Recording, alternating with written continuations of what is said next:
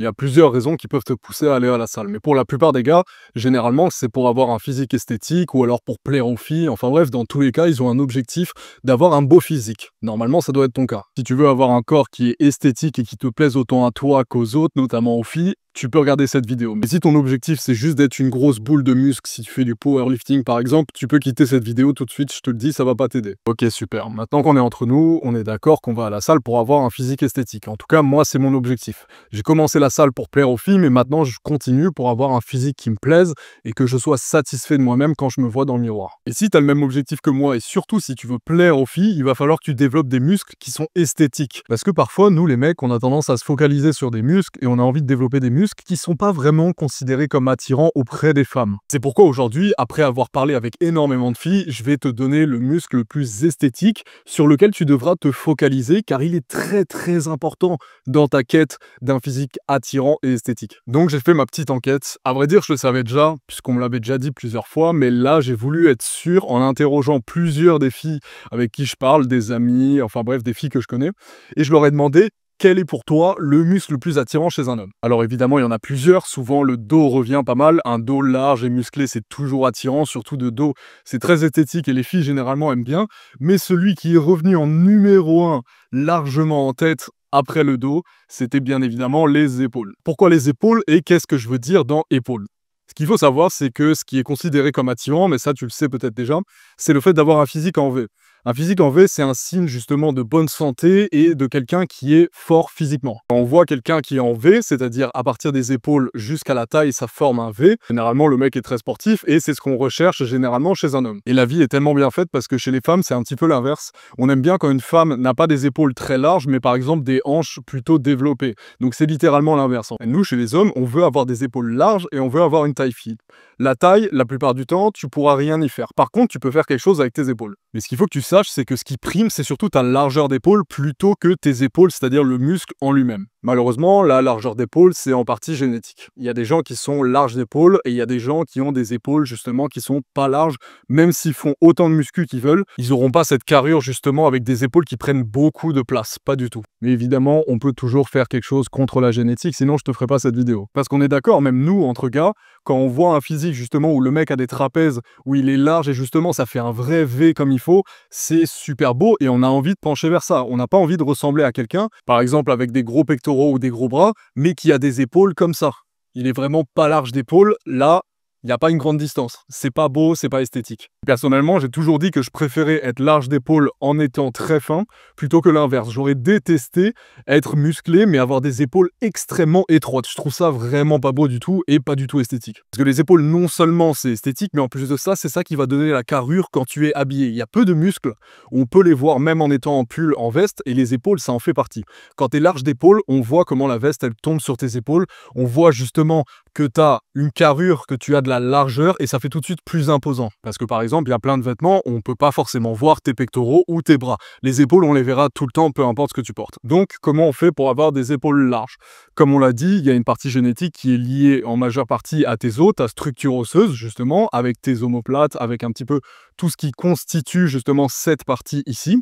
Parce qu'il y a des muscles, mais il y a aussi des os. Donc ça, les os, ça va être compliqué. C'est pour ça que moins tu auras une structure osseuse avantageuse, plus tu auras naturellement des épaules étroites, plus tu vas devoir les bosser pour travailler ces muscles juste ici des épaules qui vont justement se développer pour pouvoir accentuer la largeur de tes épaules. Et au cas où tu ne le savais pas, dans les épaules, il y a 3 faisceaux. Donc voilà, très vulgairement, il y a le faisceau antérieur, moyen et postérieur. Enfin bref, tu as l'avant d'épaule, les épaules, voilà le moyen d'épaule, si on peut appeler ça comme ça, et l'arrière d'épaule.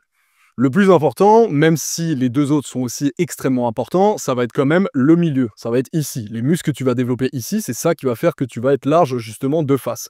Parce que l'avant de l'épaule, ça va grossir ici, et ça changera rien justement à ta largeur d'épaule. Donc on va se focaliser justement sur le milieu. Dans tous les cas, quand tu fais les épaules à la salle, je te conseille de faire les 3 faisceaux et notamment l'arrière d'épaule qui est beaucoup trop délaissé et qui est extrêmement important. pour avoir des belles épaules bien rondes et super esthétiques, et pour pas aussi que tes épaules tombent vers l'avant, parce que si tu développes du muscle ici et pas derrière, elles vont avoir tendance à tomber, et ça on veut pas évidemment. Et concernant le côté plus masculin justement viril, ça va être les trapèzes qui vont être très intéressants. C'est pourquoi là je vais te donner ma routine qui m'a permis justement de prendre des épaules et des trapèzes extrêmement facilement. On va pas se prendre la tête, je vais pas te sortir des exercices tirés par les cheveux que j'ai sortis derrière les fagots, non, on va rester sur les classiques, mais je veux que tu concentres justement, soit si tu le peux, une séance dédiée aux épaules, ou soit le faire justement quand tu es encore chaud, par exemple en début de séance. Parce que je vois beaucoup de gens qui font les épaules à la fin, ils font quelques répétitions, ils abandonnent. Non, il faut que tu donnes justement une priorité énorme aux épaules, parce que c'est un muscle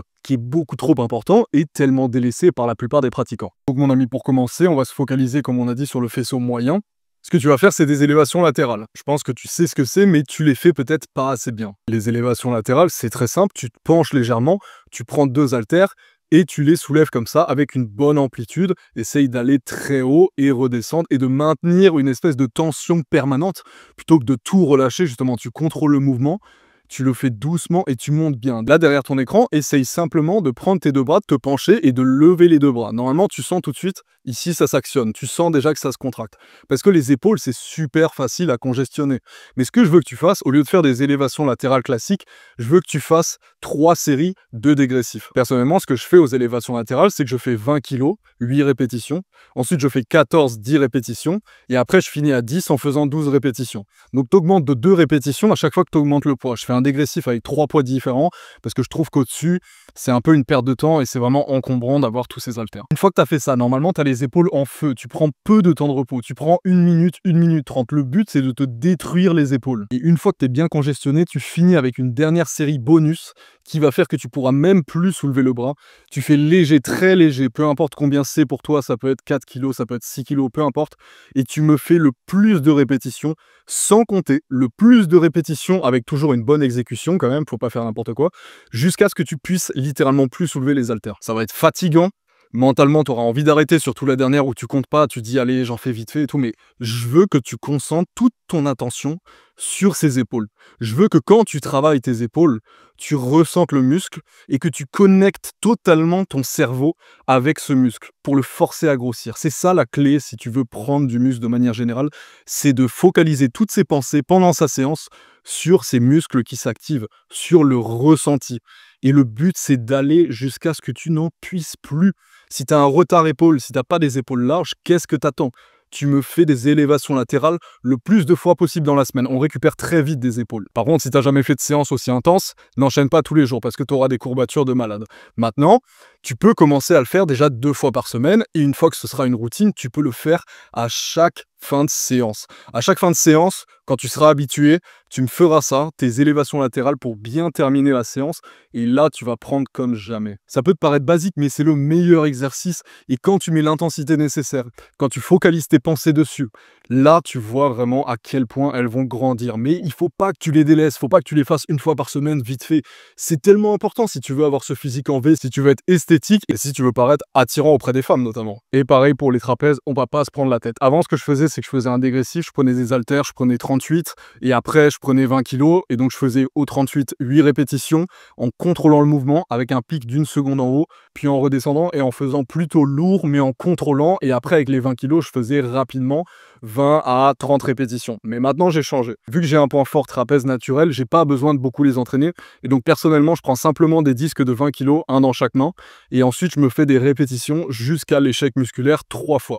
Jusqu'à ce que je puisse littéralement plus monter mes épaules. Si tu sais pas ce que c'est des shrugs, c'est simplement mettre les bras le long du corps, prendre un haltère de chaque bras, évidemment du même poids ou alors un disque, ce que tu veux, et faire comme si tu savais pas. Tu gardes les bras le long de ton corps et tu fais comme ça.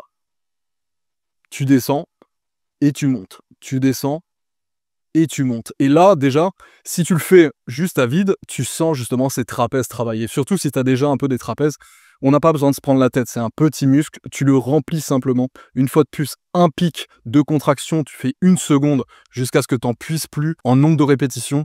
Tu me fais ça le plus possible et une fois qu'ils sont bien remplis de sang, que tu as bien eu cette connexion justement musculaire, là tu peux arrêter. Si c'est un point fort, fais pas trop parce que justement ce sera pas très esthétique quand on a des trapèzes très développés. Mais si c'est un point faible, pareil, tu me fais ces épaules, élévation latérale et tu me fais ces shrugs. Pour les trapèzes, tu me fais ça à chaque fin de séance. Et tu vas voir, ton physique va totalement changer. N'hésite pas à me dire ce que tu en penses dans les commentaires. Est-ce que tu fais déjà les trapèzes et les épaules régulièrement? On pense souvent aux biceps, on pense souvent aux pecs, mais en réalité, ce qui compte, c'est le V. C'est le V qui est le plus important, qui est le plus esthétique. Et même, je trouve que des épaules justement bien rondes, bien musclées, avec des trapèzes aussi développés, c'est super esthétique et ça flattera tellement ta carrure quand tu seras habillé avec une veste, avec un manteau, avec un pull, peu importe, on verra toujours tes trapèzes et tes épaules. Mon ami, je te souhaite une excellente soirée ou une très bonne journée. On se retrouve très vite pour une nouvelle vidéo. Ciao.